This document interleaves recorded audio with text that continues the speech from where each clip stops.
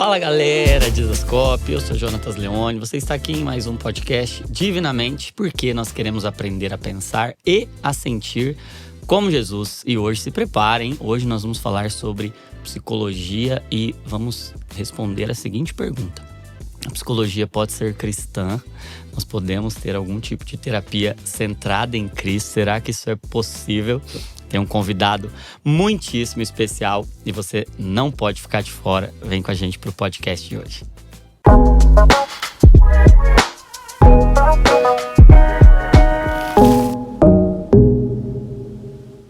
Terapia e fé cristã. Esse tema é um tema que desperta muitas discussões, muitas emoções.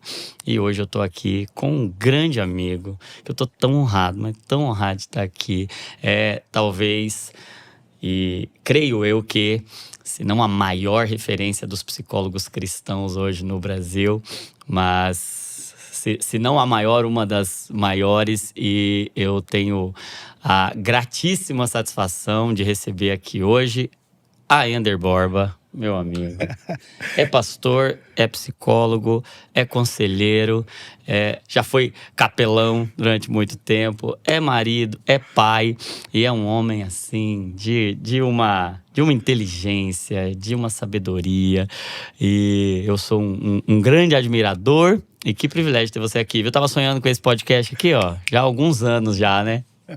Você é minha testemunha disso. Sou. Que alegria, John, estar aqui contigo. Seja bem-vindo, viu? Obrigado, mano. E lá de BH, congrega lá na Igreja Esperança e está nos dando a honra aqui da sua presença. Espero que seja só o primeiro de muitos podcasts Divinamente com a Ender Borba. Amém? Topa? Demais. É só chamar.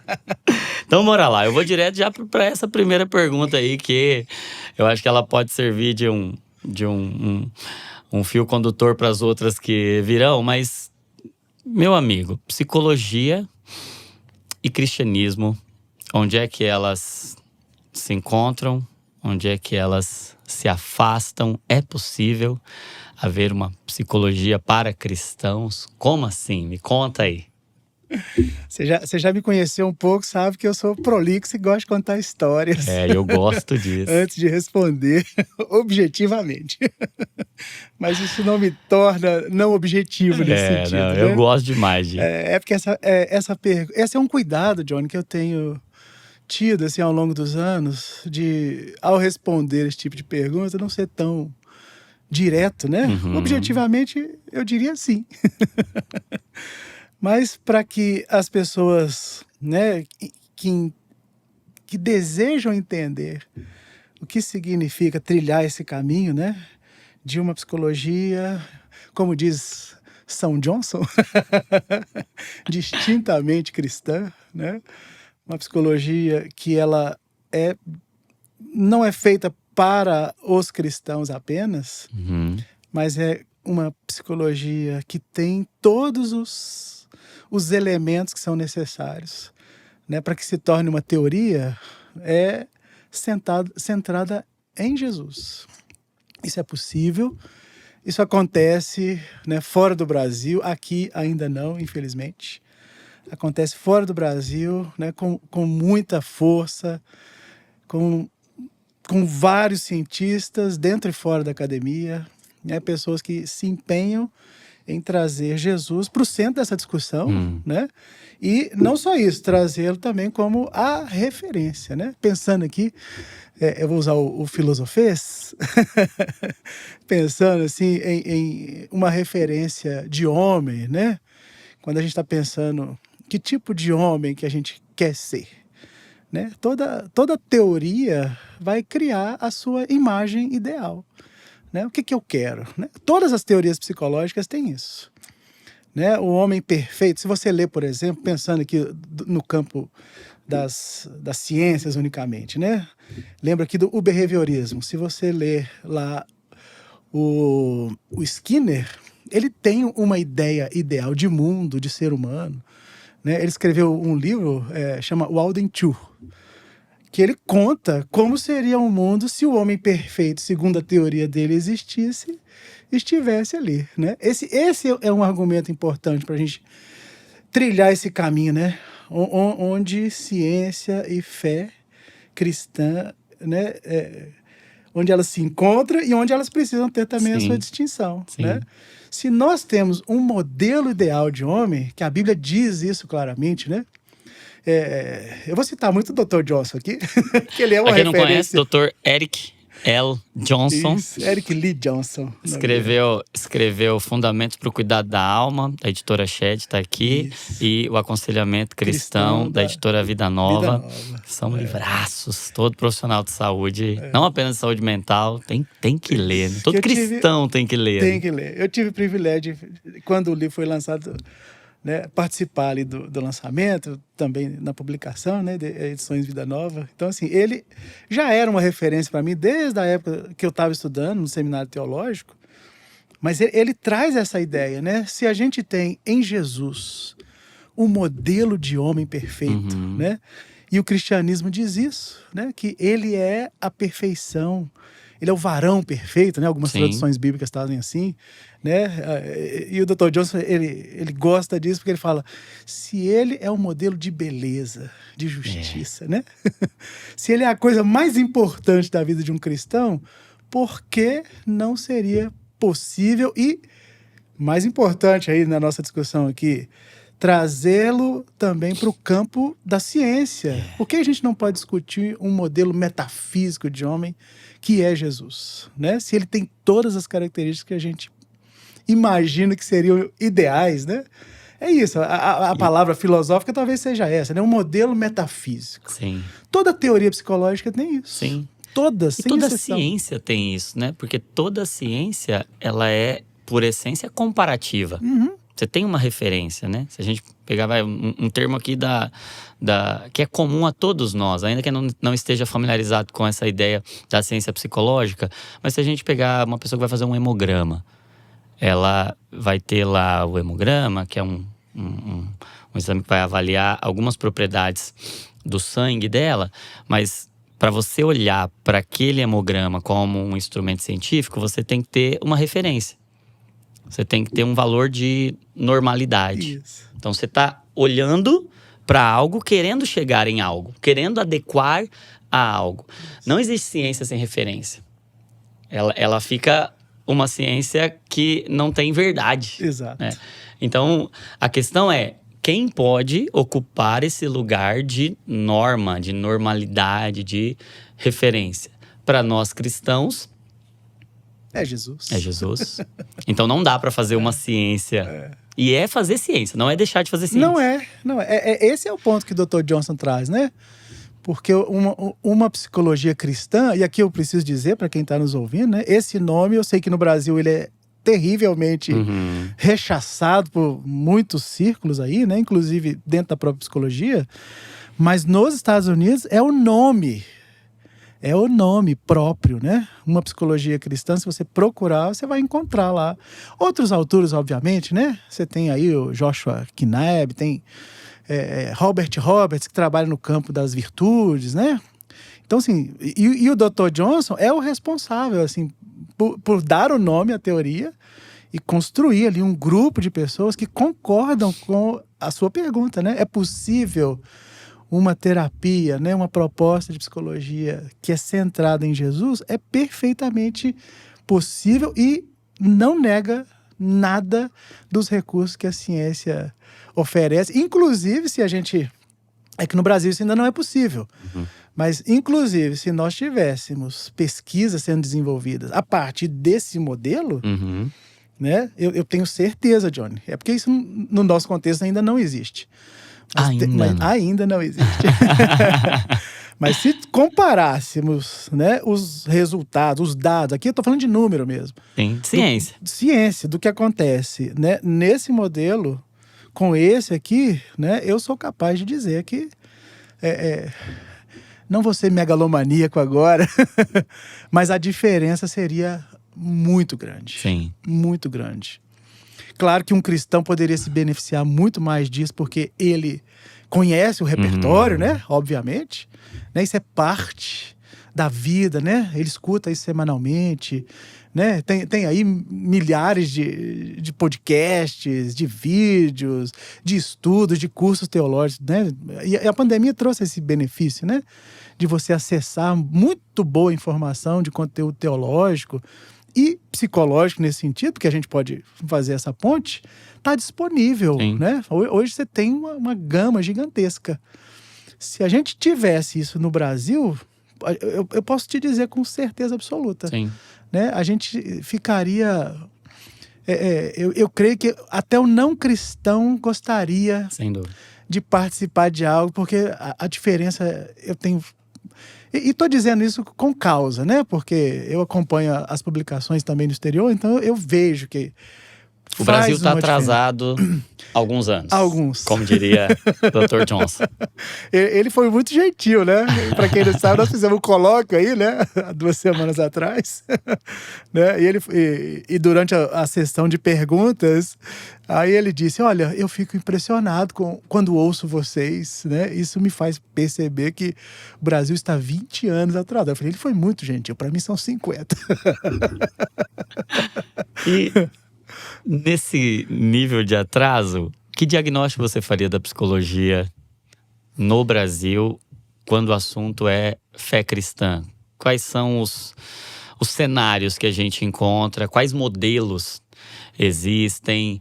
E a partir de onde a gente está, ou de que lugar a gente está partindo para poder dialogar com essa psicologia Sim. cristã?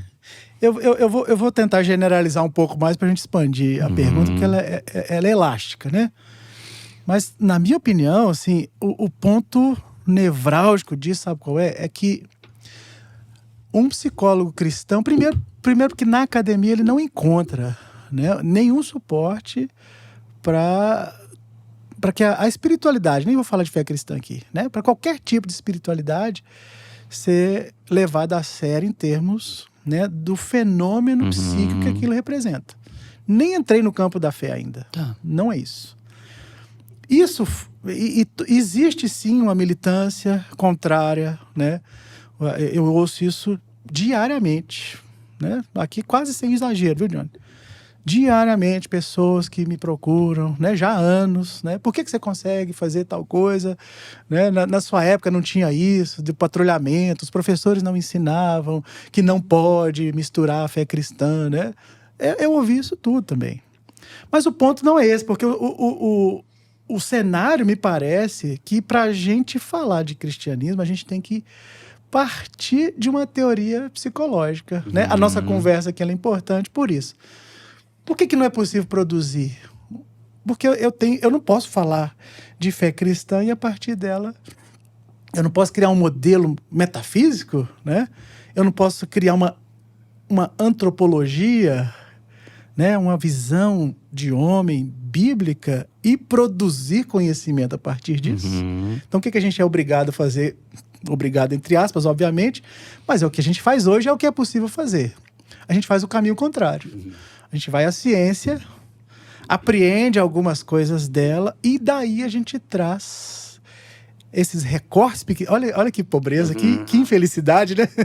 A gente vai recortando ali, eu brinquei com você, né? A gente vai ciscando em algo que parece que é bíblico, que parece, isso tem na psicanálise alguma coisa, isso tem nas TCCs alguma coisa, que parece que é coerente com a escritura. Aí quando a gente vê um vislumbre, um raiozinho de luz que parece, né, que dá margem para a gente poder falar de cristianismo, a gente já fica maluco, né? A gente já fica assim, uau, dá para falar de psicologia e trazer algum ponto da Bíblia, né, ou do cristianismo, ou como diz o Dr. Johnson também, né, da tradição cristã, para a gente dialogar esse ponto.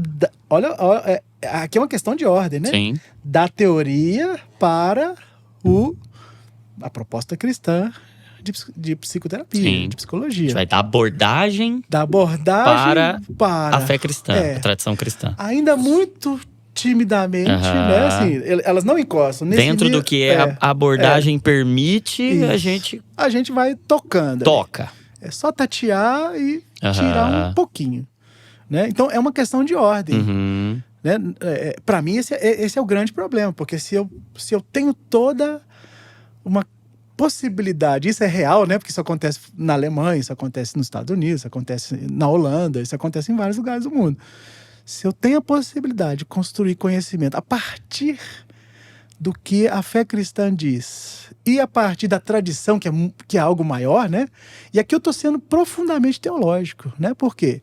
Porque sola scriptura, né? Que é um conceito profundamente teológico, ele não é só a leitura da Escritura pela Escritura. É o que a Escritura diz, ela é a referência, né? Como você citou agora, mas é também aquilo que foi produzido ao longo da história da igreja. A fé, né, ela vai sendo... É o lema da Reforma Protestante, né? Ecclesia reformata semper reformanda est, né? A igreja reformada vai sempre se reformando. Ou seja, aqui não tem possibilidade de relativismo, porque a Bíblia, ela responde de maneira igual em contextos diferentes. Eu posso fazer uma leitura, né, da cultura, não da Escritura, porque, pensando aqui, 500 anos atrás, a gente tem uma cultura completamente daqui a hoje. Os problemas que estavam aqui não estão aqui mais. Mas a Bíblia continua respondendo na mesma intensidade. Isso é sola scriptura. Sim.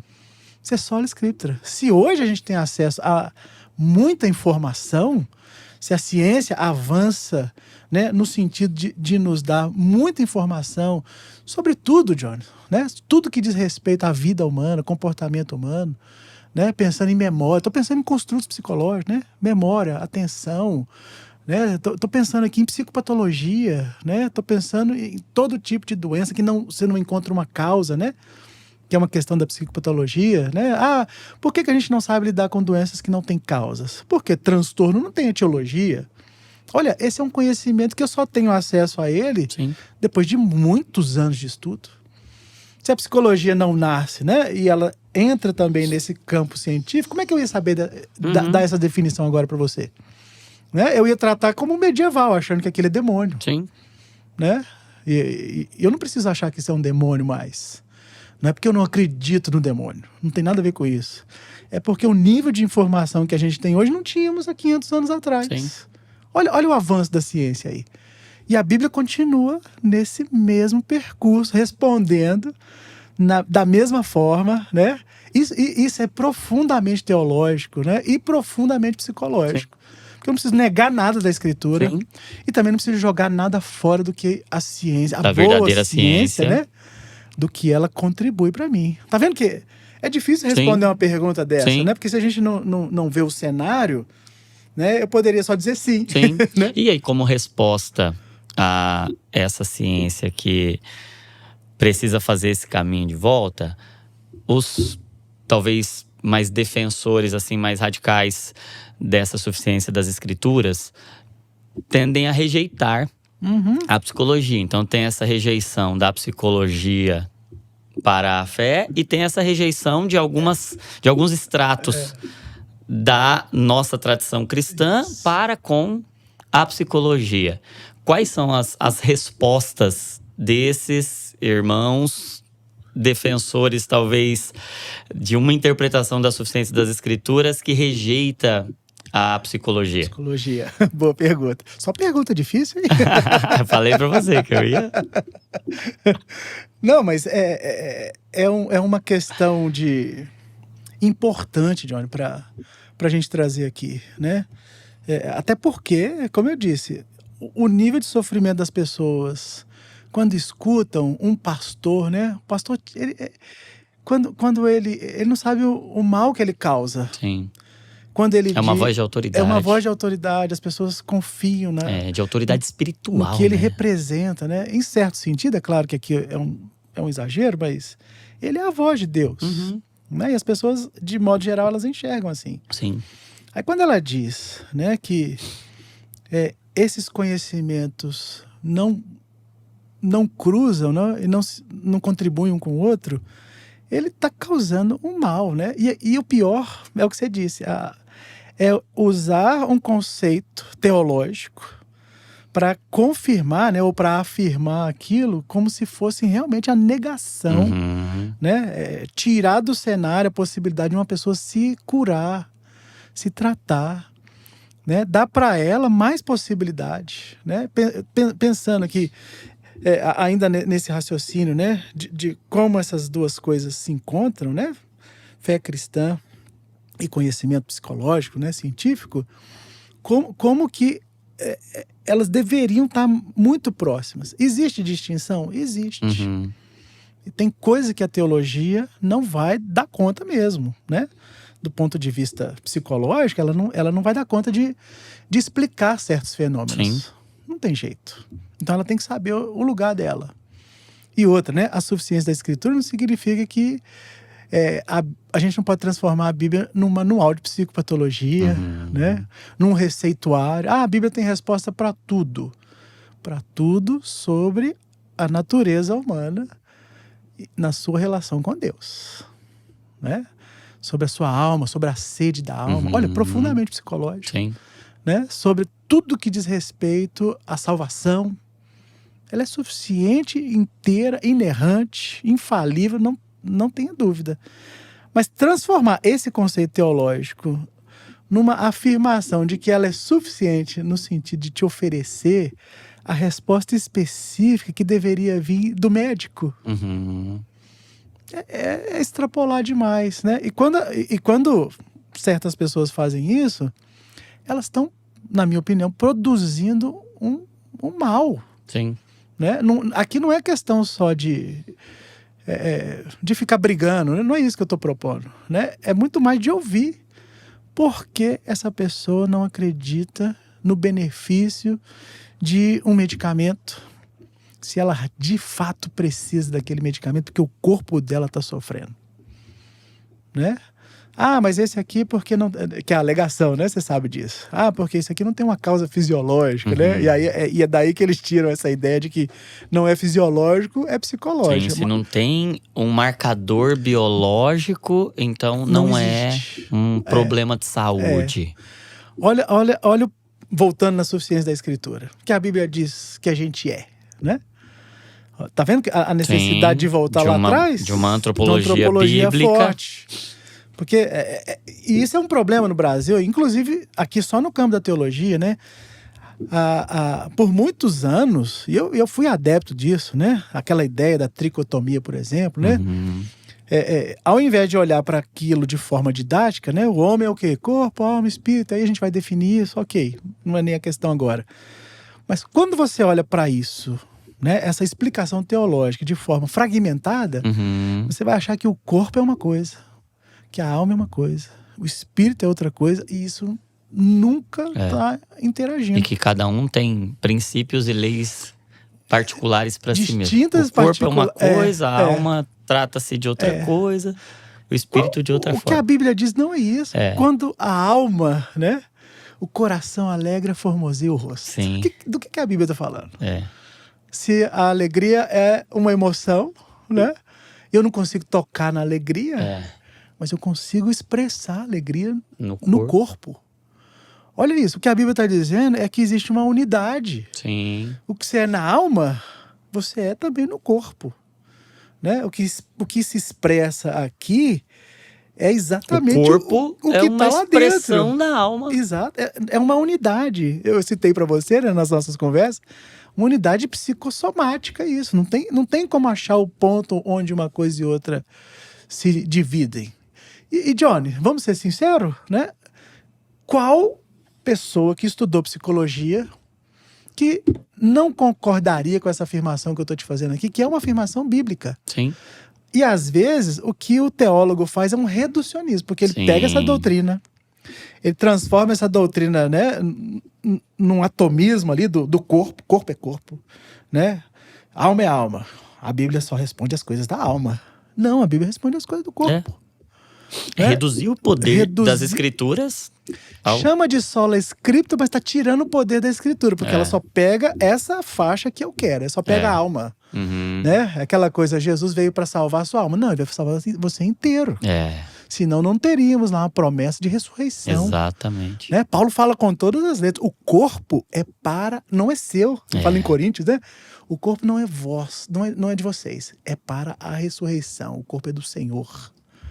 Olha como que uma teologia que não faz esse reducionismo, né? Inclusive do conceito. Sola Escrita, porque a Bíblia fala que é a salvação da alma. Não. É um reducionismo Jesus até do conceito de alma. Jesus não salva a sua alma, ele salva você por inteiro. É isso.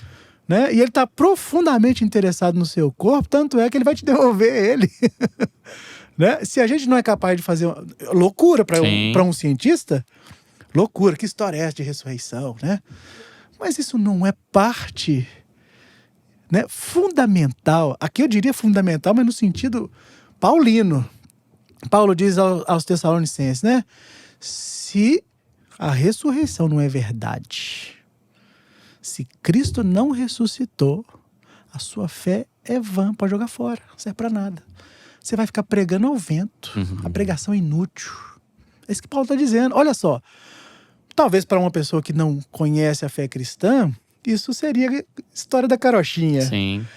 Mas como um cristão é capaz de duvidar disso, John? Sim. E, em certo sentido, quando a gente faz um reducionismo teológico, dizendo que, né, só o que tem causa fisiológica isso é da medicina, isso é da ciência, e o que, né, envolve a alma é da Bíblia, nós estamos tirando o poder da suficiência da Escritura. Em defesa da suficiência, eu estou atacando ela. Atacando.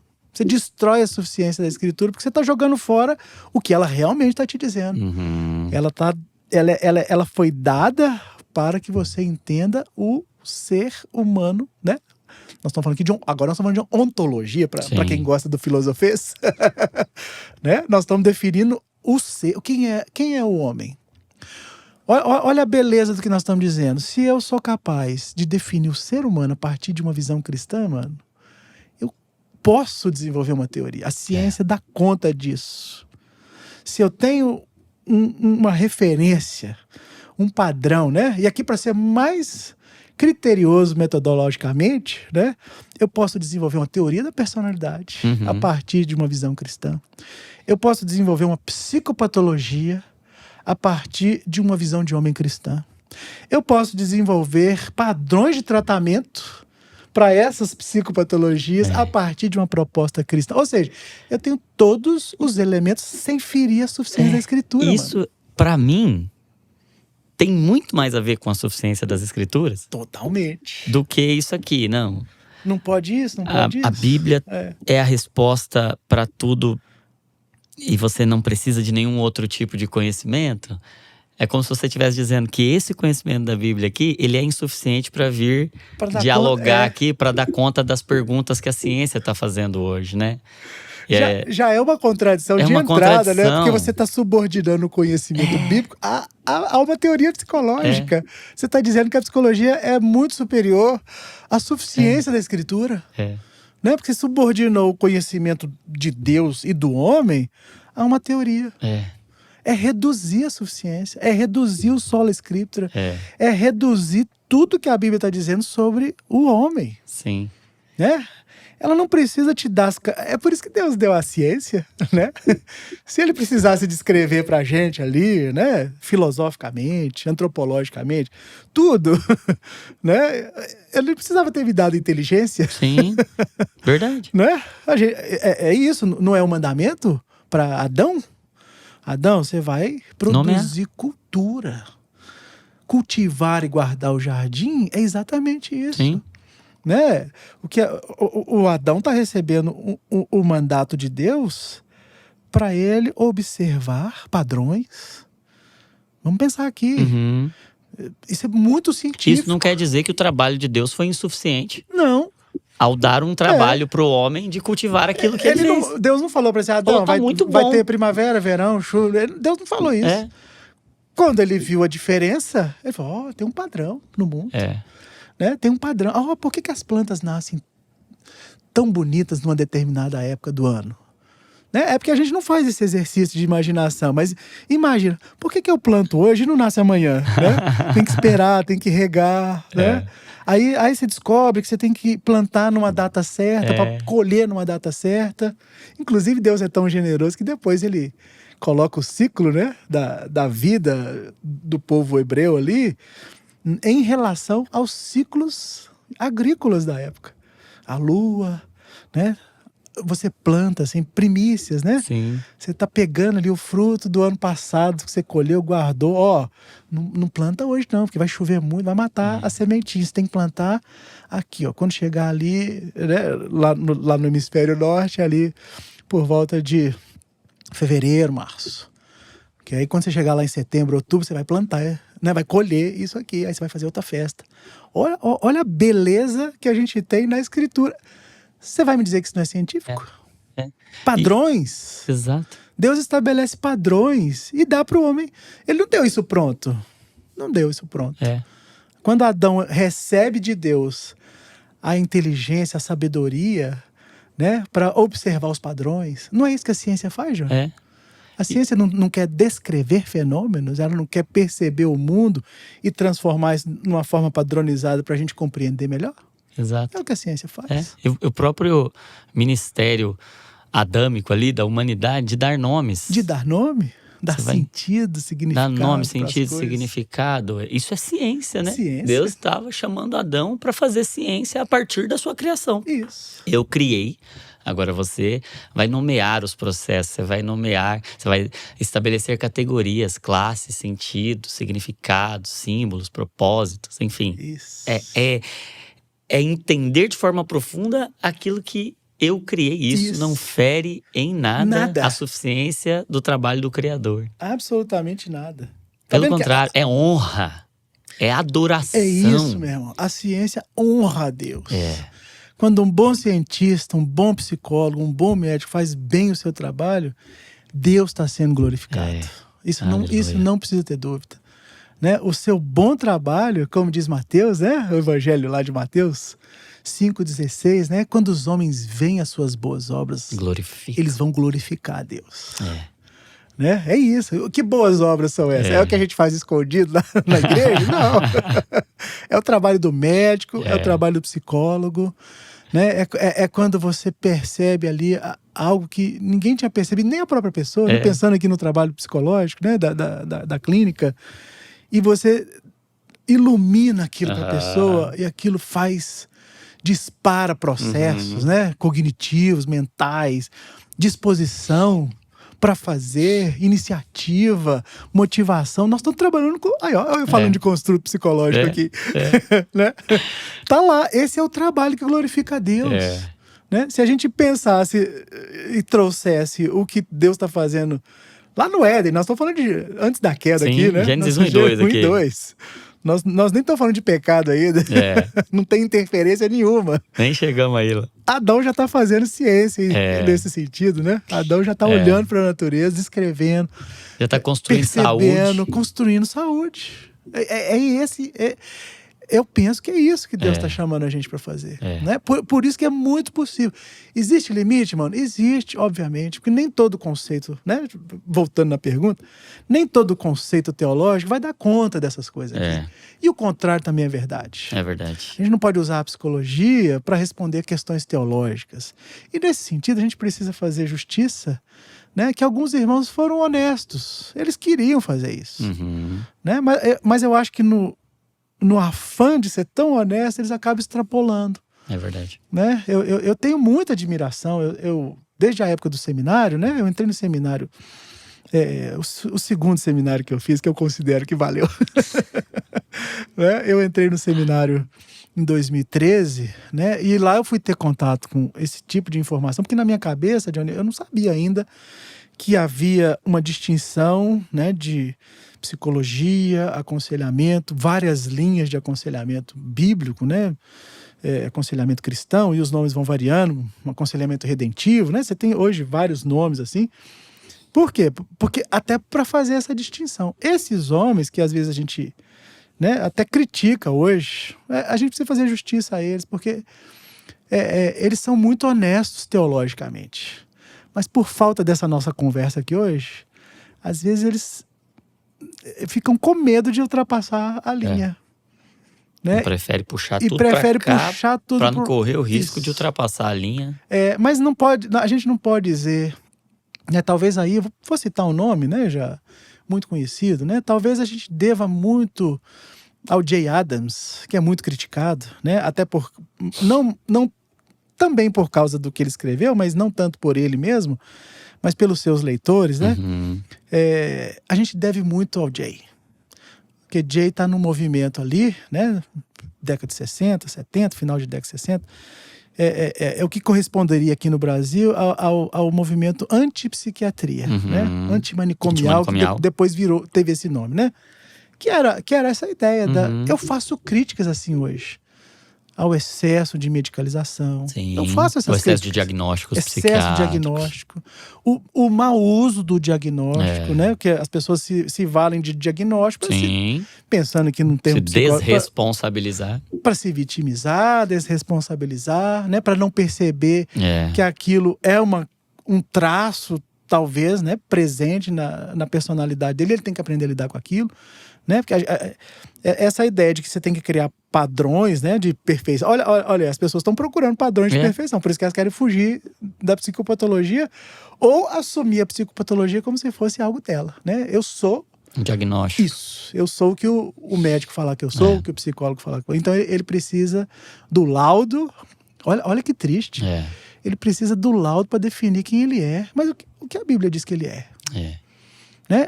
E nesse sentido, o Jay estava corretíssimo. Sim. Que ele está fazendo essa crítica. Ele está fazendo uma crítica a essa diagnosticolatria, né? Ele está fazendo. Essa idolatria de um diagnóstico. Uma idolatria do diagnóstico, da medicalização. Ele está fazendo. É honesto. É uma crítica legítima. Quando você lê os livros dele, o Conselheiro Capaz, você vai ver. Ele fala isso.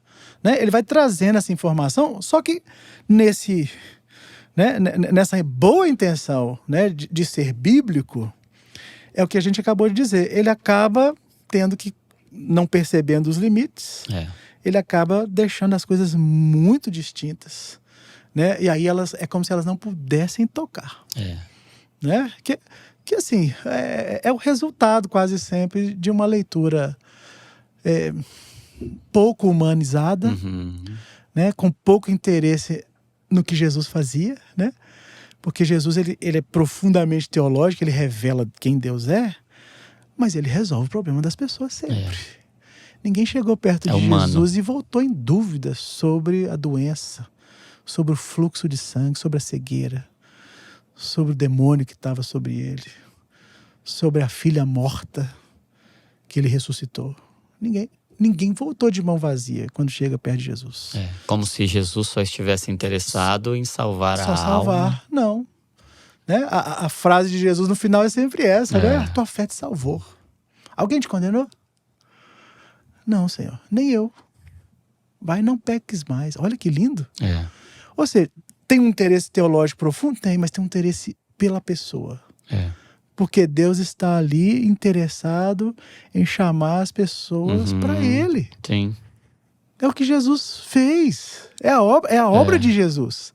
Se Ele está chamando as pessoas para junto dele, né? Ele está chamando as pessoas interessado no corpo e na alma dela. Ele quer curar as pessoas também. Exato. Né? É isso que às vezes acontece. A gente por perceber só o interesse teológico na alma, a gente esquece que Jesus quer fazer o bem para aquela pessoa também. Ele tem um interesse no ser humano. É o que eu sinto, assim, de uma forma muito geral, né? Quando eu faço as leituras. Eu sempre falo, a parte teológica desses livros são ótimas. Eu tenho todos na minha estante lá em casa. Tem muita coisa boa. Se bem que os recentes eu parei de comprar. Vou confessar. Aí eu parei de comprar, porque eu falei, cara, teologicamente eu aprendo muito. Mas quando a gente passa para aplicação, é horroroso. Aí eles pecam, né? Com esse medo, às vezes. Eu até considero, eu acho que eles tinham medo de falar dessas coisas que a gente está falando, né? De psicopatologia e pecado. É um pecado falar de psicologia e pecado em alguns círculos, até cristãos. Né? Não, mas isso não conversa. Vai lá ler o livro do Dr. Jones de aconselhamento. Lê o livro de aconselhamento, que tem um capítulo lá de psicologia e pecado, que é lindo, né? É maravilhoso. Que trata de forma honesta o problema da natureza pecaminosa e da forma como esse pecado vai assediando você, como disse, né, Tiago lá. Ele vai penetrando o coração pela cobiça, né? Tiago fala isso. O coração, ele vai sendo cooptado pelo pecado. Olha, o Dr. Jones fala disso. Sim. Né? Estou citando ele muito, né? Porque é a minha maior referência, mas outros autores também já falam disso. Né? Você tem autores que usam, inclusive, teorias. Né? Isso fica muito claro. Eu tive essa percepção porque durante as leituras, aí durante os anos, eu fui vendo, olha, mas parece que esse autor aqui, ele fala de uma teoria cristã, mas ele está usando um pressuposto behaviorista. Para quem entende, né? Da metodologia, de como aquilo é escrito, mas esse livro é muito behaviorista, pro meu gosto. Sob um argumento de ser bíblico, mas nem tudo que tem bíblico no nome é bíblico. É bíblico. Ou está de livre, fato. Né, de uma sistematização que é metodológica. Metodológica. Se você metodologizar, já é científico. É por isso que me deixa muito assustado. Sim. Por que não pode conversar? Por que eu não posso ler um bom livro de aconselhamento cristão? De aconselhamento bíblico? Porque tem muitos. Eu recomendo. Sim. As pessoas falam, mas você critica? Eu tenho crítica. Aliás, eu critico tudo, menos a Bíblia. Aliás, tudo que eu leio, eu critico. Por quê? Porque a crítica é o critério. É isso. Se a gente passa pelo critério da Escritura e não fere aquilo que a Escritura está dizendo, né, de forma incisiva, mandamento, né, se a Bíblia está dizendo de forma prescritiva, linguagem médica aqui, né, mano? Né? Se Deus está dizendo de forma prescritiva, é uma coisa. Agora, se ele está contando uma história, né? É uma regra bíblica. Você não faz, por exemplo, teologia de textos históricos, de narrativas, de poemas. Quem já estudou um mínimo de teologia e regras hermenêuticas sabe disso. Você não cria doutrina de textos que são poemas. Você pode tirar muita sabedoria daquilo. Você pode, esse é um perigo, né? Pensando aqui nesse campo de diálogo. Aí você vai ler o livro de Eclesiastes e vai achar um monte de versículo ali de uma pessoa existencialmente frustrada. Você vai achar isso no texto. A Bíblia tem isso. Mas é porque está escrito num texto sagrado que você vai transformar isso numa doutrina? Numa regra para a vida? Não, a sabedoria que está escrita ali, quando aquele homem está frustrado com a sua existência, ela tem a resposta na própria Bíblia para aquele problema. Lê o Salmo 73, eu sempre lembro do Salmo 73. Quando o Asaf olha para, né? Tá vendo? Crise existencial. Os homens comem churrasco. É a minha versão, né? Atualizadíssima. Come churrasco todo dia. O olho dele solta até a gordurinha da picanha de tanto que ele come. Né? Tudo que ele faz dá certo. Mas você já viu como é que esse texto começa, Johnny? É maravilhoso, né? Primeira declaração que ele faz. Olha, eu tô olhando para o Senhor. Aquela conversa é dele com Deus. Primeiro ele olha para o Senhor. Aí quando ele olha para o Senhor, ele olha para o mundo e fala assim, uau, tá tudo errado aqui, porque dá certo para ele, não dá certo para mim. Né? O que tá acontecendo nesse salmo? Ele tá em crise, mano.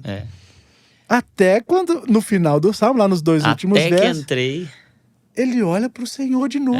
Eu entrei no santuário do Agora Senhor e eu compreendi o fim. Que a verdade não é o que está diante dos olhos. Né? A verdade não é que dá certo para ele e dá errado para mim. A verdade é que as coisas não terminam na frustração da existência. Né? Olha aí. Isso é teologia profunda. Porque se você usar o texto bíblico pelo texto bíblico, você vai pegar um texto de Eclesiastes, vai achar que aquela frustração existencial, né? Que aquele cinismo, né?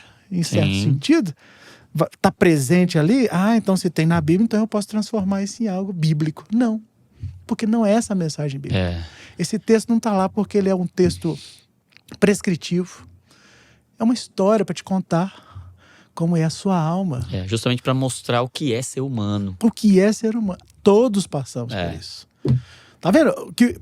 Aqui nós estamos falando de princípios teológicos. Se eu não sei desse princípio, eu transformo um texto sagrado, porque ele é sagrado.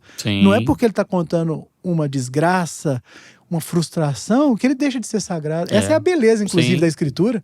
Porque ela revela, não é isso que a gente estava falando? A alma humana está aqui, ó. E ela passa por isso. Mas quando eu sei ler a Escritura, né, a partir de Jesus, eu sei qual é a resposta que eu quero dar para o problema da existência dessa pessoa. Aí eu tenho a resposta porque a própria Escritura já vai me dar essa resposta. E aproveitando que você falou desse termo, né, do humano, uma das críticas à psicologia é justamente porque ela parte de pressupostos humanistas. E aí, como que você responderia essa argumentação de que ela olha para o ser humano? Qual que é essa diferença entre um olhar para a humanidade e ser humanista? Vou responder filosófica e teologicamente. Boa. Primeiro que todo reducionismo, né, ele parte dessa palavra aí. Quando eu estou pensando no humanismo, eu estou querendo reduzir toda a experiência bíblica, inclusive essa experiência transcendente, metafísica, a uma experiência centrada no ego humano. Uhum. Só por aqui, Johnny, eu já tenho a resposta para você. Porque eu não posso olhar para ela com um humanismo nesse sentido de que o homem é o centro. Uhum. Mas se eu olho para o ser humano a partir do olhar que a Bíblia diz de Deus em relação ao ser humano, já mudou a perspectiva. Porque Deus está interessado. Ele veio para salvar a humanidade, né? João, é só o capítulo 1 de João, né? Quando ele aparece, olha a visão de João, né? No princípio ele estava com Deus. Ele era Deus, tudo foi feito por ele. Essa história maravilhosa que remete ao Gênesis tem uma só finalidade. Está no versículo mais conhecido da Bíblia, né? João 3,16. Por que João começa relatando o Gênesis? Porque ele fala, olha, Deus tem uma alegria de dar. Ele amou tanto o mundo que ele deu o seu melhor. Todo mundo que crê. Todo que crê.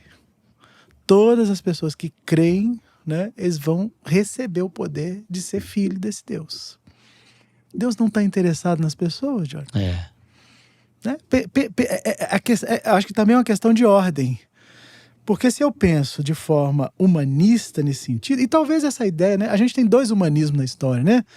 O humanismo lá atrás, né? Dos gregos, quando eles rompem com aqueles padrões mitológicos, né? E a razão começa a ter Mas na modernidade a gente tem a mesma coisa, né? Onde nasce o humanismo nesse sentido mais filosófico? Principalmente no pós-guerra, né? Talvez as pessoas aí citam o Kierkegaard, que é um autor cristão, como um humanista nesse sentido, né? Um pai da psicologia, inclusive, era um cristão que já está fazendo questionamentos ao modelo, né? Kierkegaard é um dinamarquês, um crente, que está olhando para aquela sociedade em que o que as pessoas estão dizendo sobre o evangelho não corresponde à verdade evangélica. E ele vai dizer que isso é a causa da angústia, que é o conceito que ele desenvolve lá.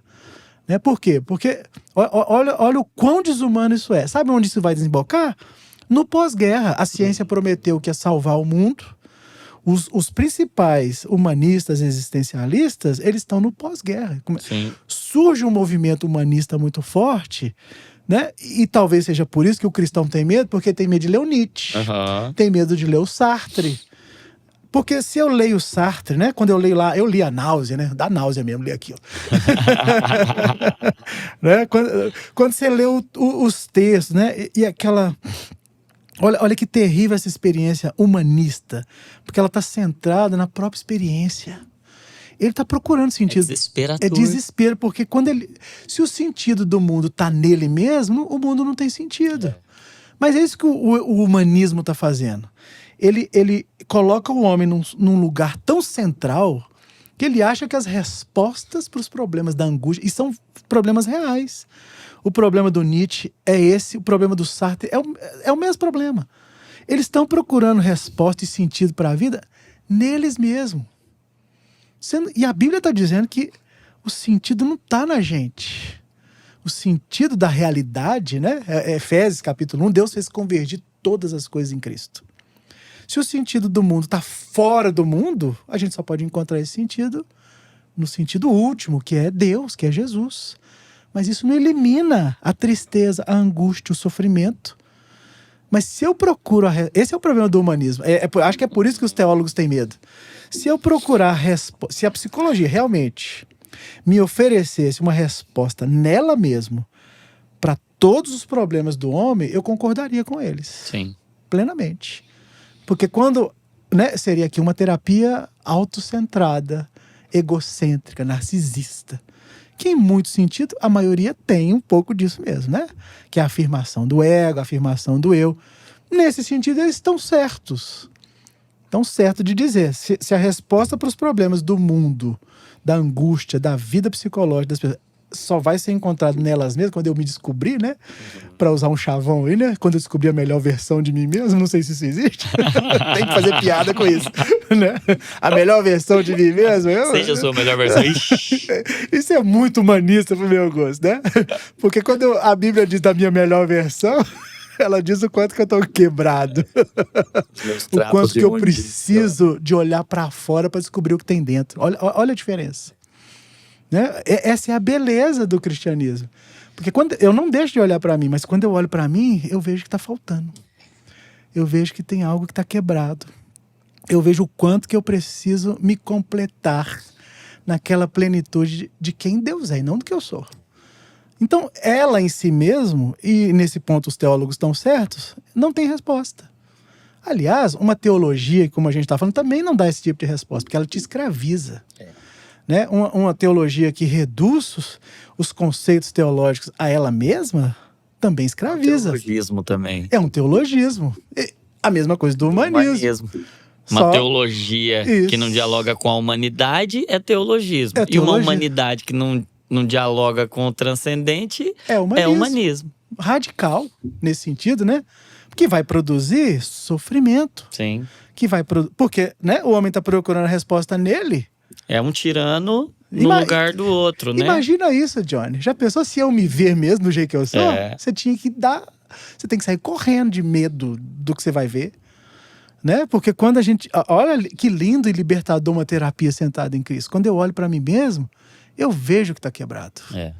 Mas eu sei o que eu posso colocar ali que vai suprir aquele lugar de falta, aquele lugar de tristeza, aquela angústia existencial, aquele desespero, né? Eu não vou passar... Olha isso. Te respondendo objetivamente agora que eu já devaguei. Glória a Deus. Olha isso, mano. Isso não é profundamente humano? E teológico ao mesmo tempo? Né? Por quê? Porque tem Isso é cristão, né? Que é profundamente divino e profundamente humano. Isso, mano. Porque tem a resposta de Deus. Mas Deus está profundamente interessado também em responder às suas angústias. Os anseios humanos. Isso. Ele quer responder, mano. Ele quer... Deus, eu não acredito num Deus que quer que as pessoas sofram. Eu não acredito num Deus que quer que as pessoas olhem para a vida e achem que a vida é tudo que tem para viver. Né? Como Johnson diz, a glória de Deus é também o nosso bem-estar. O nosso bem-estar. Quando Deus é glorificado, né? É o nosso bem. É uma pena que às vezes a gente olhe para isso como se fosse apenas pensando em dinheiro ou em posição social, em bem-estar no sentido físico, né? Olha que redução. E isso o Dr. Johnson é muito sério, que ele não está falando de um bem-estar, quando ele usa essa expressão, né? Foi traduzida assim nos livros em português. Quando ele está usando a expressão bem-estar, ele está pensando nisso que nós estamos falando. No todo do ser humano. Deus está preocupado, sim. E se você tem fé, né? A sua fé não é só para responder aquele momento do desespero, depois você vai jogar Deus fora. Deus já cuidou desse pedaço, então isso aqui não interessa. Não. Né? Porque a fé é exatamente esse elemento que vai te dizer que se estiver passando dificuldade, tá tudo bem. Mas se tiver tudo bem, tá tudo bem. Tá tudo bem. Olha que diferença. Imagina isso, mano. É isso. Imagina isso, né? Eu lembro, né? E pensando aqui ainda no humanismo, você tem esses livros, né? Eu li isso muito, né? Um amigo agora até apresentou esse livro num seminário que a gente fez junto, né? Os Sofrimentos do Jovem de Werther. Esse livro é do Goethe, né? Há uma história, e é verdade, já é comprovado, que a história da paixão daquele homem era tão profunda e ele tentava resolver aquilo tão internamente que quando as pessoas liam, elas angustiavam. E naquele período ali, agora eu não me lembro a data exatamente, o livro foi proibido de ser publicado porque as pessoas liam e começavam a se suicidar.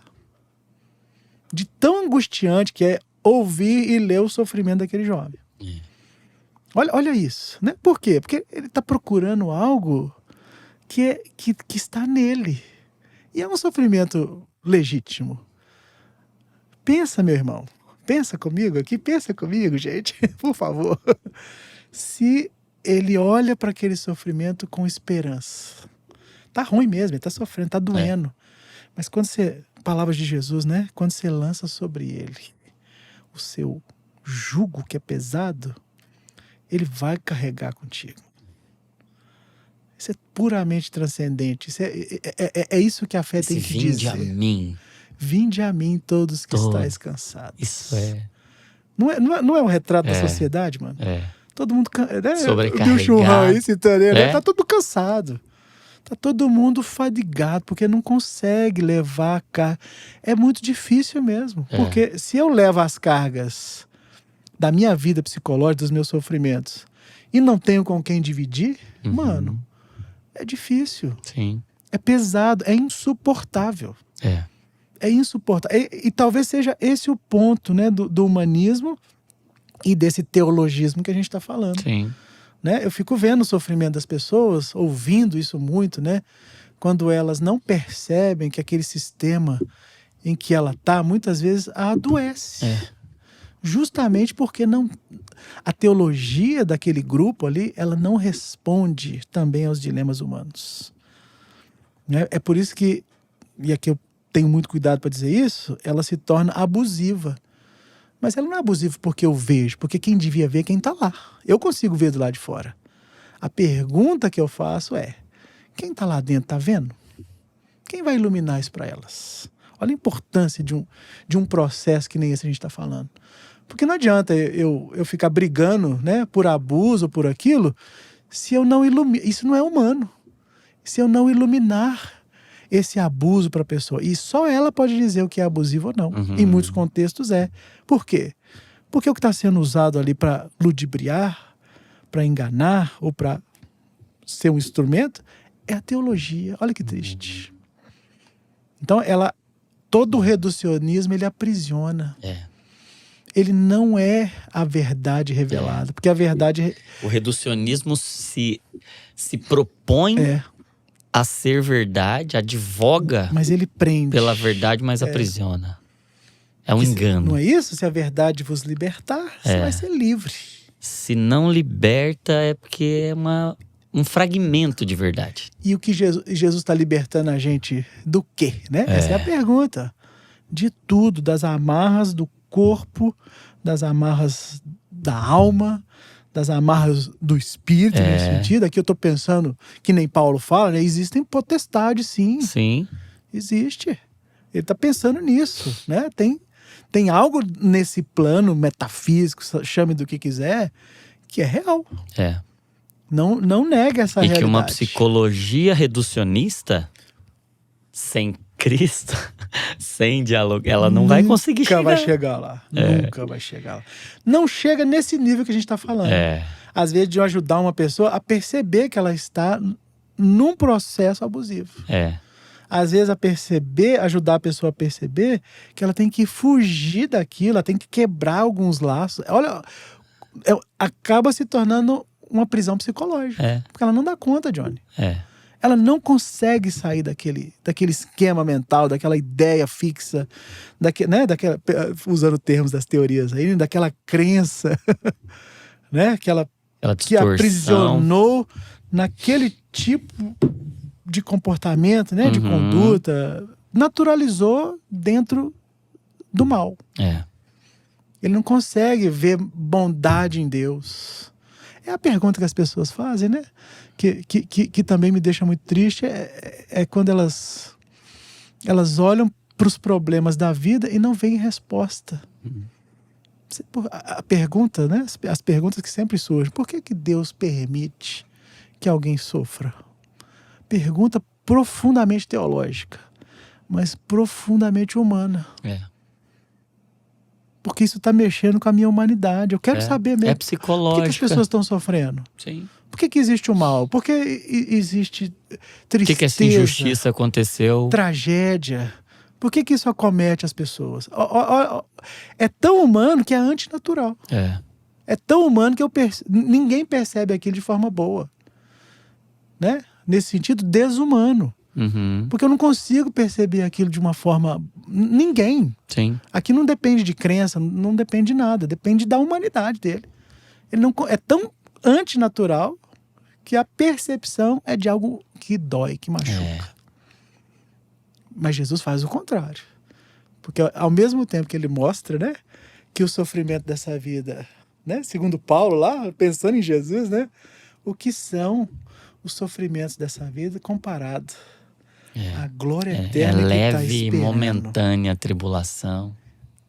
Tá vendo a necessidade de quebrar com esses dualismos, né? Precisa quebrar, porque quando eu olho para as coisas últimas, quando eu olho para o que está me esperando, para o que sustenta a minha esperança, isso me dá força para eu lidar com as penúltimas, né? Com as penúltimas, com as coisas daqui da Olhar para as últimas me dá a estrutura para enfrentar as penúltimas. Sem nenhum tipo de comprometimento teológico, psicológico. Tá vendo como é que... né? Essa é a minha percepção. Glorificando a Deus, me tornando mais parecido com Jesus, olhando para Ele. Deus está profundamente interessado no humano. Eu não tenho dúvida disso. E Deus não é humanista. Ele não é humanista. Mas Ele, em Cristo, é humano também, né? E aqui a gente podia falar do ponto-chave. Nós estamos, inclusive, na época, né? Da encarnação. Por que Deus se torna homem? Né? Segundo o autor de Hebreus, para que ele aprendesse pelas coisas que ele sofreu. Hebreus 4. Foi necessário que Jesus, sendo Deus, se submetesse à mesma pressão, ao mesmo sofrimento, aos mesmos dilemas existenciais, né? E o autor de Hebreus diz isso, né? Ele foi provado, tentado em tudo que você puder imaginar.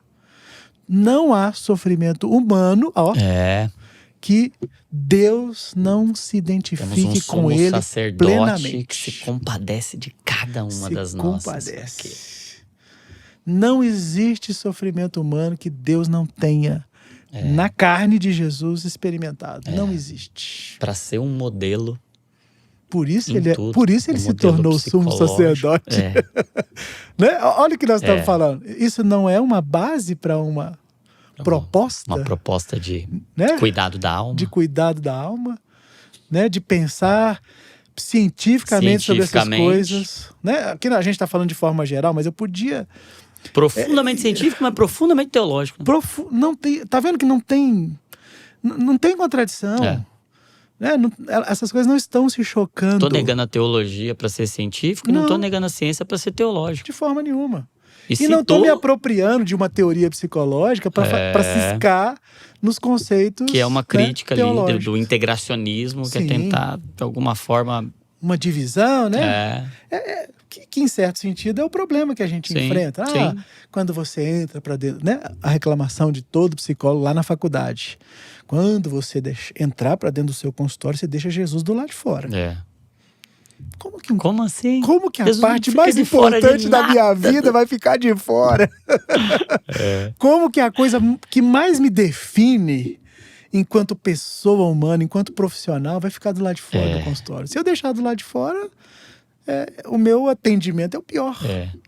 Se eu deixar do lado de fora o que mais me caracteriza enquanto ser humano, acabou o processo. Procura outro psicólogo, que ele é como se eu me deixasse melhor lá fora, né? A minha natureza, se agora já não vivo mais eu, Cristo vive em mim, se Cristo vai ficar do lado de fora, eu também fiquei. Esse atendimento aqui já está comprometido. Já acabou. E aí eu queria até, eu acho que responder uma dor de muitos dos que nos ouvem aqui, você como um psicólogo cristão e... Com todas as questões que isso tem de desdobramentos no Brasil, hoje ainda, né? Muitos dos psicólogos estão extremamente angustiados. Muitos psicólogos cristãos estão vivendo nessa tensão, sofrendo pressões do conselho, da academia, enfim. E sofrendo também pressões de correntes teológicas e de irmãos ali que têm uma teologia já antipsicologia. E eu queria que você falasse um pouco sobre o que você percebe de angústia. Você supervisiona muitos psicólogos e o que você tem percebido de dores do psicólogo cristão? E a partir desse diagnóstico da dor, o que você diria para um psicólogo cristão que está nos ouvindo agora? Vou fazer numa escala. Até porque nesses anos, né, assim, eu me dediquei mais à supervisão, porque para você supervisionar alguém, você tem que achar que tem alguma coisa para oferecer, né? Então eu comecei isso há uns 5 anos atrás, foi uma experiência marcante, assim, uma dor, Johnny, que sempre me chamava muito a atenção, eram aquelas pessoas que se formaram, e aqui eu não estou falando de quem se graduou agora, aí, nos últimos 10 anos, não. Pessoas que se graduaram lá atrás, ficaram 10 anos, 20, 15 anos decepcionadas com o que a psicologia poderia contribuir. Por quê? Porque mesmo que não tivesse esse nível de militância que existe hoje, né? E para alguns não houve mesmo, eles falam. Eles não viam sentido naquele trabalho, porque não sabiam manejar. A dor que mais me feria há uns 5 anos atrás, quando eu ouvi isso de pessoas que estavam lá atrás, era essa. Olha, eu fui estudar psicologia porque eu achei que eu poderia usar os elementos da minha fé, né? E a psicologia seria uma ferramenta para isso, mas não consegui. Nossa, isso me doía. Porque essa conversa que a gente está aqui tendo hoje, há 15 anos atrás, não tinha, era impossível, né? Então as pessoas abandonaram uma graduação, né? Podiam estar ajudando muita gente, abandonaram a graduação, engavetaram esse projeto. Então eu recebi muita gente assim, né, que deixou de lado, né? Por quê? Porque não via sentido. Ah, não, mas aí eu tenho... É a ideia que a gente traz lá, né? Quem está nos ouvindo aí, que está em graduação, que foi graduado, é isso, né? Você já chega na faculdade achando que tem que escolher uma abordagem. Olha aqui. O recorte já tinha apresentado de cara, né? Aí quando você aprofunda naquela abordagem, você vai descobrindo que esse ciscar que a gente está falando aqui acontece raríssimas vezes. É muito poucas vezes que você toca lá. Aí você vai falando assim, poxa, né? Então eu acho que aconselhar é melhor. Eu acho que estudar outra coisa é melhor. E as pessoas foram abandonando mesmo, assim. Teve um êxodo ali, um abandono. Muita gente, eu conheço muita gente que me procurou, que alguns em supervisão, inclusive, ficaram. E hoje, graças a Deus, muitos trabalhando, glorificando a Deus com o trabalho, né? Então, assim, num primeiro momento eu recebi muita gente, assim. E, principalmente durante a pandemia, né? Eu fui recebendo essa turma mais recentemente, né? Entrando aí, se graduando, na graduação ou recém-formado, que a dor era essa, de que eu não posso falar da minha fé, porque isso é proibido. E eu ficava assim, poxa, eu passei por alguns episódios desses na minha graduação. Falar que não teve nada é mentira. Mas eu lembro de um amigo que ele me falou, olha, Aender, tenta achar Jesus onde você puder na faculdade, que você vai te proteger. Eu falei, esse é um bom conselho. Legal, hein? Bom conselho aí, hein? E eu fazia isso, das teorias, inclusive. Né? Isso que eu tô falando que hoje eu acho que não é uma boa opção. Foi sobrevivência naquele momento. Pra quem tá começando, é o que me sustentou lá. E eu ficava procurando. A minha ideia fixa era essa. Como eu posso usar tudo isso que eu vou aprender aqui para glorificar a Deus? Eu sempre levei isso muito a sério. Eu não me ofendia quando as pessoas falavam mal de Jesus, as piadinhas e tal. Agora, quando as pessoas falavam coisas que ofendiam diretamente a mim, em relação à minha fé, aí eu respondia. Isso foi me dando respeito, né? Eu participo, só para você ter uma ideia, eu participei muitos anos de grupos de diálogo interreligioso, que eu podia falar da minha fé. Eu só entrei naquele grupo, e isso foi um professor, né, de uma das pós-graduações que eu fiz. O primeiro dia foi impressionante, que quando eu entrei na sala, tinha um amigo que hoje se tornou um grande amigo, Davi Lin, né? Ele é professor no Gordon Conwell hoje, lá nos Estados Unidos. É um amigaço, né? Eu lembro do nosso encontro. A gente estava num encontro de diálogo interreligioso. Tinha hinduísta, espírita, não sei o quê. Eu falei, o que eu tô fazendo aqui? Esse povo vai me massacrar, né? Aí o Davi, ele estava no mestrado lá, no Regent College, né? No Canadá. Aí ele entrou online. Aí quando ele... Olha, eu sou pastor... reformado, não sei o quê. Eu falei, ai meu Deus, pode ter isso aqui. E eu morri de vergonha do que eu ia dizer de mim, né? E aí eu falei, agora eu posso falar que eu sou pastor também, já que ele falou. Aquilo me deu segurança. E olha, nesse ambiente não tinha aquela pressão para eu ser outra coisa. Né? Então, o que a academia me ofereceu ali, restringindo mesmo, eu fui procurar fora. Né? E eu fui fazendo isso quando eu vim morar em São Paulo aqui. Eu morei 5 anos, né, no interior de São Paulo. Eu procurei outro grupo. Eu estou nesse grupo já há 5 anos, né, lá na PUC de São Paulo. Porque a primeira coisa que eu disse era, olha, eu sou pastor, eu penso assim e tal, mas a gente vai fazer os estudos a partir dessa teoria aqui, né? A gente fala do sentido da vida lá e tal. Eu falei, meu Deus, eu vou sair daqui. Muito pelo contrário. Né? Eu fui recebido ali com todas as diferenças. É isso que às vezes o cristão esquece de fazer. Que a gente é luz no mundo. A gente é chamado para refletir a glória de Jesus onde a gente está. Então, onde eu queria estar? Num ambiente escuro. Onde não tem luz, onde, né, a minha luz vai brilhar ali, não para brigar com as pessoas, não para convencê-las do que eu acho que é o correto, mas se em algum momento, e eu creio na ação do Espírito Santo, né, se em algum momento as pessoas virem alguma coisa comigo e quiserem aprender sobre isso, eu terei prazer de falar com elas. Isso não é antiético, isso não fere nenhum tipo de... Né? No código de ética da psicologia, isso não fere nenhum código de convivência, né? Porque eu estou falando a partir de quem eu sou.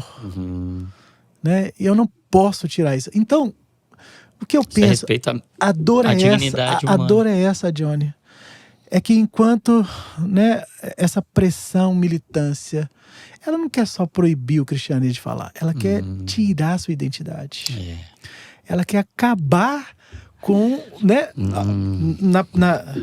na ideia aí de ser neutro, né? A gente fala assim, olha que terrível, né? Com a prerrogativa de ser neutro, na verdade, ela não tem nada de neutro. Ela está querendo tocar na sua identidade. Porque ao não saber quem você é, você também não vai saber ser luz no mundo. Tá vendo? Que ela te desintegra. Isso é uma dor, porque o cristão embarca nessa... Quando ele fala, mas o professor falou que eu não posso. Não posso falar que sou psicólogo e cristão. E quem falou que a palavra última é do professor? E quem falou que aquele professor está falando é o que o Código de Ética diz. É o que o Código Civil diz. É o que a Constituição Brasileira diz. O que falta é isso. Muita gente sofre com essas dores. Por quê? Porque quando ele olha para aquilo lá, que é a militância, ou é a posição pessoal daquele professor, a gente tinha que olhar com misericórdia e ensinar para ele. O professor, vamos sentar aqui, vamos ler a resolução 7 de 2023. Vamos ver o que ela diz mesmo sobre laicidade. Vamos sentar, né? É isso que falta. A gente recebe, é o que eu disse antes, leia criticamente. Porque se você pegar a resolução, no final das contas você vai ver que ela é boa. Tem lá um artiguinho que realmente avacalha o negócio todo. Né? Que você não pode fazer ali né? Uma divulgação, né? Que não tem, o conselho não pode legislar sobre isso. Né? Você não pode usar uma imagem, né, religiosa, que eles colocam lá assim, num ambiente que não é da psicologia. Poxa, isso não tem nada a ver. Eles sabem que isso não tem nada a ver. Mas lê os outros pontos pra você ver. Não fere em nada. o diálogo, a laicidade, né? Pelo contrário, até diz lá que a Ajuda. espiritualidade é uma dimensão importante. A espiritualidade e a religiosidade. E a religiosidade. Ou seja, a religião no contexto terapêutico, no contexto da importante. psicologia, é importante.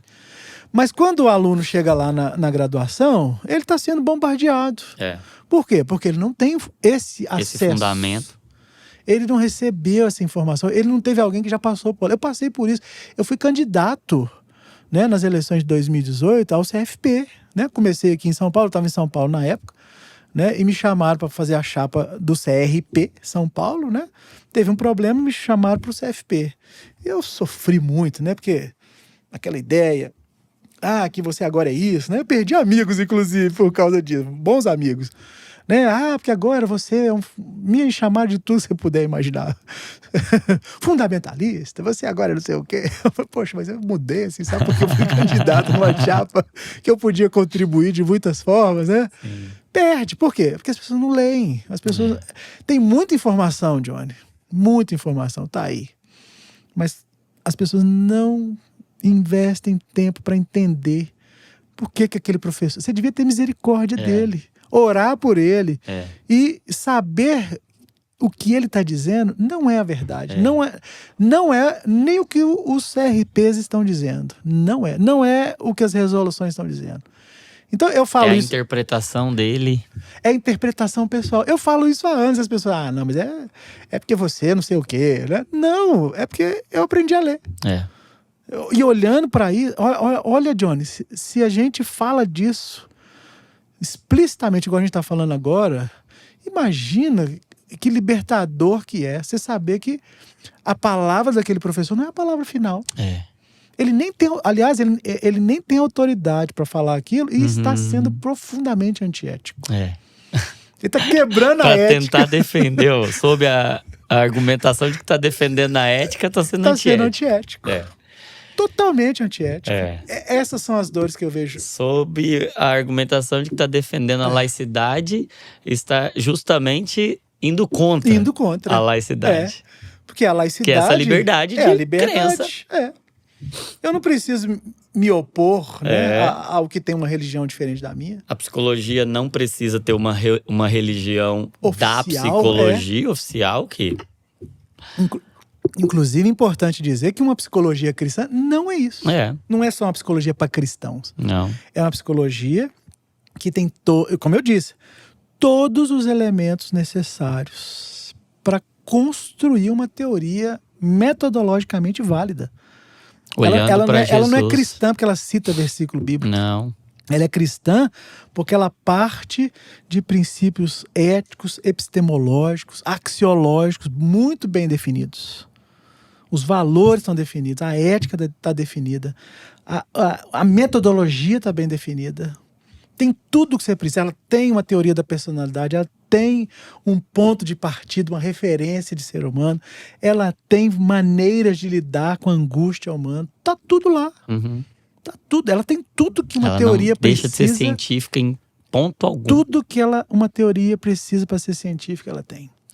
O que a gente não tem é gente corajosa, talvez. Não tinha. E disposta a tomar as pedradas. E aí pra gente propor uma solução, até queria aproveitar esse momento aqui para fazer o convite, né? Porque dia 30 e 31 de janeiro a gente vai ter congresso de psicólogos aqui em Bragança Paulista. E você tá comigo nessa, tá me ajudando a organizar. Acho que você tá dando um spoiler agora. E tivemos agora, algumas semanas atrás, o Colóquium Fé e Psicologia, Diálogos Necessários, produzidos pelo GFEP, que é Grupo de Estudo Fé e Psicologia. E eu tenho visto esse movimento de ajuntamento e de unidade de psicólogos cristãos, entendendo o seu papel. E eu queria que você falasse um pouco sobre como você tem visto. O que Deus está fazendo nesse tempo? Qual é o momento agora e para onde a gente tá sonhando em ir e para onde a gente sente um impulsionamento, assim? Esse é um sonho antigo, Johnny. Assim, eu tô tão feliz de ver o que Deus está fazendo, né? Esse Olha, Deus transforma aquele texto de Isaías, né? Deus transforma maldição em bênção. Né? Todo esse cenário global de precariedade em saúde mental, né, tá fazendo emergir. Eu acho que não só no Brasil, mas o Brasil, ele, né, por a gente estar aqui, mas ele tem características. O Brasil tem 84% de cristãos, né, se a gente somar os católicos aí, por exemplo. É um país confessional, por assim dizer. Né? Então, todo esse movimento que eu não vejo assim como uma coisa satânica, mas talvez seja o modo de Deus, né, de colocar o mal ao serviço dele, tem despertado no mundo um olhar para a saúde mental. Né? E, em consequência disso, tem despertado também nas pessoas, nos cristãos sinceros, né? E quando eu digo, John, de ciscar nas teorias e trazer, né, os pontinhos de luz ali da teologia, eu não estou criticando esses irmãos. Eu acho que eles são honestos. É que dá para ir além. Esse é o meu horizonte. Né? Dá para ir além. Não precisa pegar, eu chamo de cristianizar. Você não precisa cristianizar a psicanálise, você não precisa cristianizar análise transacional, comportamental. Você não precisa cristianizar a TCC para falar que essa é a melhor abordagem, que corresponde mais aos cristãos. Não precisa disso. Né? É aquela pergunta que eu respondi, né? É o caminho que hoje é viável. Mas na minha perspectiva, mano, assim, eu penso mesmo que Deus está abrindo uma avenida. Uma avenida aberta. Eu vou te dar as minhas experiências, né? Aqui, peço perdão por isso, porque eu não tenho dados científicos para trazer. Ainda? Mas tenho uma experiência aí de 10 anos construindo relacionamentos e pontes, né? Eu tenho um grupo hoje. Esse grupo já funciona há pelo menos 4 anos, né? Éramos amigos ali que estavam interessados nesse assunto. E vou confessar, com medo de falar abertamente sobre isso. A gente começou a estudar, né? Os livros do Johnson nem estavam traduzidos ainda. Eu ficava lá naquele esforço de traduzir pedacinho por pedacinho para a gente discutir essas coisas. Esse grupo existe, né? Ele era um grupo chamado Script. Né? Script era Sociedade Cristã de Psicólogos e Terapeutas. Era uma sigla que depois virou Scriptos, para fazer uma alusão a sola script e tal. Legal, né? Hein? O grupo existe ainda. A gente encontra mensalmente para fazer esse tipo de diálogo e trazer também. A ideia era fazer produção. O grupo está lá. Recentemente, olha o mover de Deus, né? Eu vejo isso muito lindo. O GFEP, ele nasceu de um interesse de um amigo querido, Eliel Carvalho, lá de Goiânia, né? Ele é capelão institucional de uma grande universidade. E a dor que ele sentia era de ver os alunos de graduação em psicologia numa universidade evangélica confessional sofrendo com o que estava aprendendo. Ele foi para a sala de aula fazer matérias isoladas lá para ver o que está acontecendo. Achei isso linda a atitude dele, né? Eu sempre elogio o Eliel, para mim ele é um querido. E o Eliel juntou pessoas, né? Ele me chamou primeiro, eu lembro, o Marcelo, né, Coelho, que é professor do Mackenzie lá, o Alexandre Sena, que é pastor, mas também é psicólogo, né, lá no Rio de Janeiro. E ele chamou mais pessoas na época, né, o Bill do Ministério Oasis, tá com a gente, assim, mas ele tá passando por uma situação familiar muito grave, então ele ficou um pouco de fora, mas tá no nosso grupo lá, e ele apoiou o tempo inteiro. Olha o nosso interesse. Era o quê? De transformar esse grupo, né? Por isso que eu estou dizendo, eu tenho que falar do gradiente para as pessoas entenderem. Esse grupo tem um objetivo claro de aproximar. Talvez ele não vai produzir isso que a gente está falando aqui. Né? Ele ainda não é o grupo para falar, né, de uma terapia centrada em Cristo. Porque a ideia é situar o cristianismo no debate, colocar ele lá num grupo no GT 49 de psicologia, que é o lugar, né, onde a gente discute psicologia da religião, reconhecido pelo MEC, pela CAPES. Pesquisas de alto nível saem desse grupo. né? Então, a gente tem entrada para estar lá. Falando as mesmas coisas, obviamente, mas traduzindo. Ainda a gente não tá falando abertamente, mas esse movimento que eu trouxe, né? Vamos pegar algo da teoria e vamos trazer aqui a espiritualidade cristã para embasar isso? Já dá para fazer, mano. Isso é um sinal de Deus. Na minha opinião, Deus está abrindo portas em diferentes frentes. Tem quem vai fazer esse movimento que talvez para chegar na academia, né? Ele é um pouquinho mais difícil. Demora um pouquinho mais. E ele precisa ser um pouco mais pensado, mais lento, né? É a ideia do GFEP, que a gente seja um grupo, né? Para dialogar com outras religiões. Inclusive, nós tivemos no colóquio pessoas de outras religiões. Não era só cristão. Sim. Depois a gente foi ver, né, nos relatórios que o site ofereceu, tinha pessoas de outras religiões interessadas no assunto. Olha que legal. Né, para pesquisar sobre espiritualidade. Né? Tem essas outras frentes nascendo. Né? Eu conheço pessoas em outros lugares do Brasil que se juntam, né, que estão interessadas em saber o que o Ainda está fazendo, o que o fulano está fazendo. Deus está aproximando essas pessoas. Eu só penso que a gente tem que ter essa paciência de entender que tem coisas acontecendo em ritmos diferentes. São frentes de trabalho diferentes, mas Deus está movendo. Isso eu não tenho dúvida. Eu também não. Nunca foi tão necessário e urgente falar disso. E mais, não é só falar. Agora a gente tem que produzir. Porque é o que a gente estava dizendo no início. Como que a gente vai chocar, né? Eu não tenho dados, a gente não tem dado nenhum sobre o que uma terapia centrada em Cristo faria se eu confrontasse ela com qualquer outro modelo terapêutico. Por quê? Porque não tem quem produz. As pessoas estão com medo, não é só da graduação, não. Elas estão com medo de entrar na pós-graduação. Né? Por causa disso. O cristão precisa romper com essa ideia de que o ambiente acadêmico não é para ele. Lá a gente talvez não possa falar disso que a gente está falando. Que o conselho não seja para ele. Que o conselho não seja para ele. As né? comissões. Exatamente. Por que a gente não pode entrar num GT do CRP da cidade para falar de espiritualidade? Sim. Aí é o termo que o Johnson usa, né? Tem que saber traduzir. E mais, eu tenho que saber falar o idioma deles.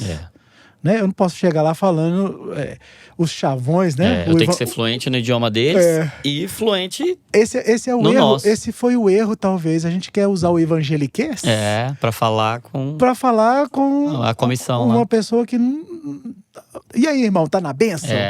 Eu não posso falar isso num conselho de psicologia, num GT de psicologia, né? Então, essa ideia de que o diálogo ele parte primeiro de situar o cristianismo na arena pública da psicologia e da ciência, porque aqui é outro erro, né? Nós estamos falando de uma ciência dura também, né? Essa é outra acusação dos cientistas. Mas o que vocês estão fazendo não é ciência, porque não é positivismo. Mas quem falou que esse é o único modo jeito de fazer ciência? Né? É um reducionismo. Reducionismo. Por que as pessoas acham que esse é o único modo? Olha os desafios que a gente tem.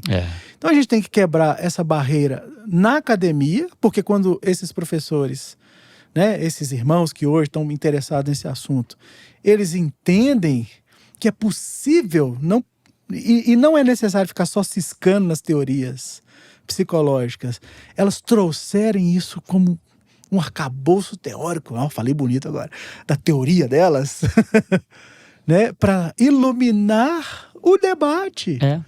Então tem que ter gente... Vai ser bom para todo mundo. E talvez, meu irmão, a gente não consiga fazer isso institucionalmente, no sentido, né, de amanhã eu não vou abrir um GT lá de psicologia cristã, né?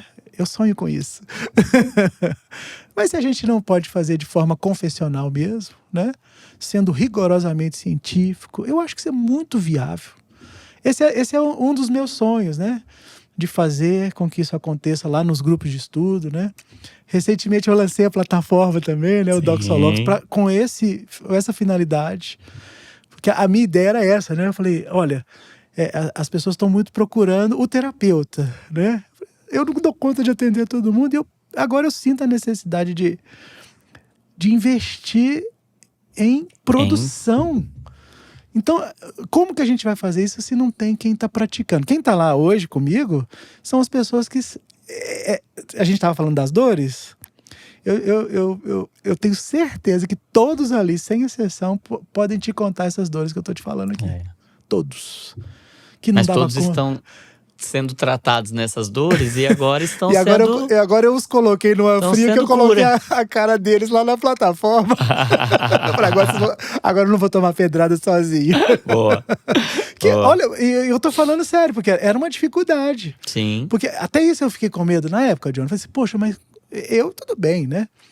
Mas como que eu coloco outras pessoas com base no que eu tô pensando para reagir? Nesse sentido, Sim. é uma reação mesmo. E todos eles entenderam que davam conta. Sob pena, inclusive, de perderem seus registros. Você tá achando… Eu tô citando aqui esse exemplo do Doxologos, por quê? Porque eu tive que perguntar isso para eles. Sim. Gente, vocês têm certeza que vocês querem entrar? É uma plataforma que é… Olha isso, Johnny. Não é um sinal de… Eu vejo como um sinal, né? Se bem que tá muito no começo, mas é isso. É uma plataforma que não vai esconder em momento nenhum que é cristã. Que está sendo construída. Os vídeos que eu coloquei lá no início estão todos. Você pode ouvir. São vídeos curtos, você vai ouvir. Eu pensei cada palavra daquela para dizer. Ela é explicitamente cristã. E as pessoas que estão ali já estão aprendendo isso que nós estamos falando aqui já há algum tempo, uns mais, outros menos. Mas o ponto mais importante é eles toparam o desafio. A identidade é isso que a gente precisa, mano. Quando a gente produz conhecimento, né? Quando você começa… Já pensou se a gente coloca pessoas no ambiente acadêmico, nas igrejas? Pensa, mano, se a gente forma grupos temáticos em cada estado desse país para discutir isso que a gente está fazendo aqui agora. Para levar… né? Não é só isso não é uma novidade, não é isso. Isso está no mundo, gente. Né? Isso aqui não tem nada de… Nada de novo, debaixo do sol. Nós estamos falando de coisas que já estão disponíveis. É que a gente Deus já está fazendo, a gente só precisa entrar dentro do que Ele já está fazendo. Deus está fazendo. Deus está fazendo, mano. Deus está trabalhando. Então eu vejo isso claramente. É uma força de Deus movendo pessoas de lugares diferentes.